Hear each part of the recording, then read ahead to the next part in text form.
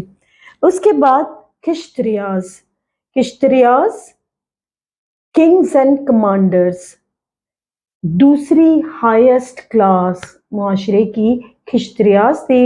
اور اس کے بعد ویشیاز، آرٹسٹ اینڈ آرٹسنس، ٹریڈرز، مختلف پروفیشن سے تعلق رکھنے والے لوگ. ان ہندوؤں کا خیال تھا کہ برہما نے جس طرح براہمنس کو اپنے سر سے پیدا کیا ہے، کشتریاز کو اپنے بازوؤں سے پیدا کیا ہے، اس طرح ویشیاز کو اپنے پیٹ سے پیدا کیا، اور ان کا کام ہے معاشرے کے دیگر افراد کے پیٹ کا خیال رکھنا مختلف پروفیشنز کے ذریعے. And last but not the least, Shudras. Hindu معاشرے کے رواج کے مطابق، سوچ کے مطابق، بلیف کے مطابق ان کے دیوتا برہما نے شودرس کو اپنے پیروں سے پیدا کیا ہے، لہٰذا یہ وہ کاسٹ ہے، یہ وہ طبقہ ہے جو پیروں میں ہی رہنے کے قابل ہے. میں آپ کو بتاؤں، آج بھی کسی نہ کسی شکل میں یہ کاسٹ سسٹم موجود ہے. کس طرح سے شودرز کو ظلم و ستم کا نشانہ بنایا جاتا تھا. سوسائٹی کی باقی تینوں کاسٹ جو تھیں، تینوں طبقے جو تھے، شودرز صرف اور صرف ان کی خدمت کے لیے ہوتے تھے. انہیں شہروں سے باہر رکھا جاتا تھا. انہیں باقی تین طبقوں کے گھروں میں داخل ہونے کی اجازت نہیں ہوتی تھی. اگر وید کے کوئی مقدس الفاظ ان کے کانوں میں پڑ بھی جاتے تو شودرز کے کانوں میں پگھلا ہوا سیسا، میلٹڈ لیڈ ان کے کانوں میں ڈال دیا جاتا تھا اور انہیں زندگی بھر کے لیے بہرا کر دیا جاتا تھا.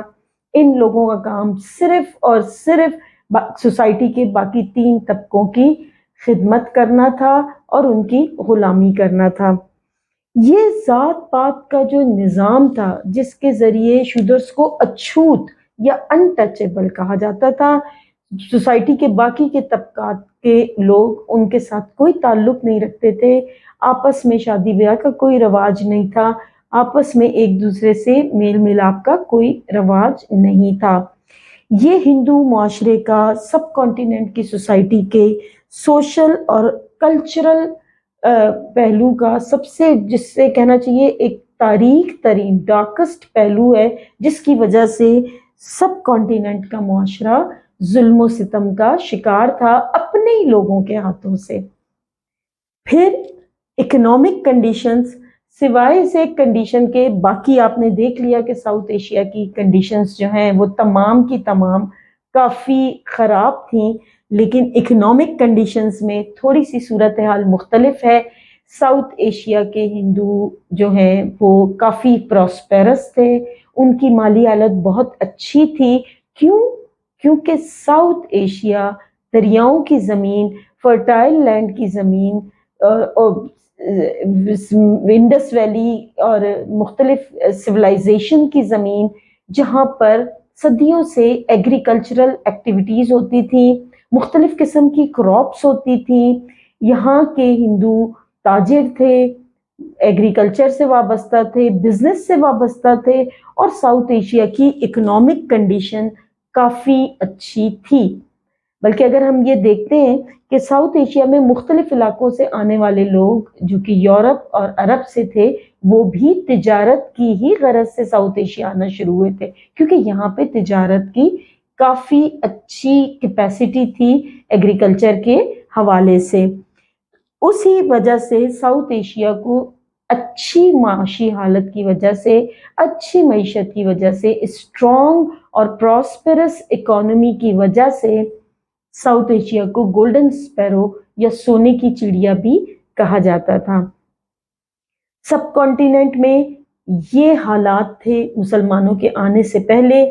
اب آپ کو میں نیکسٹ لیکچر میں یہی بتاؤں گی کہ مسلمانوں کی آمد کا اس علاقے پر اور ان تمام حالات پر کیا اثر ہوا، کس طرح سے اسلام کا انفلوئنس ساؤتھ ایشیا پر، سب کانٹیننٹ پر پڑا، اور کس طرح سے یہاں کی آبادی نے اسلام قبول کرنا شروع کیا، اسلام کے کن اصولوں سے متاثر ہو کر.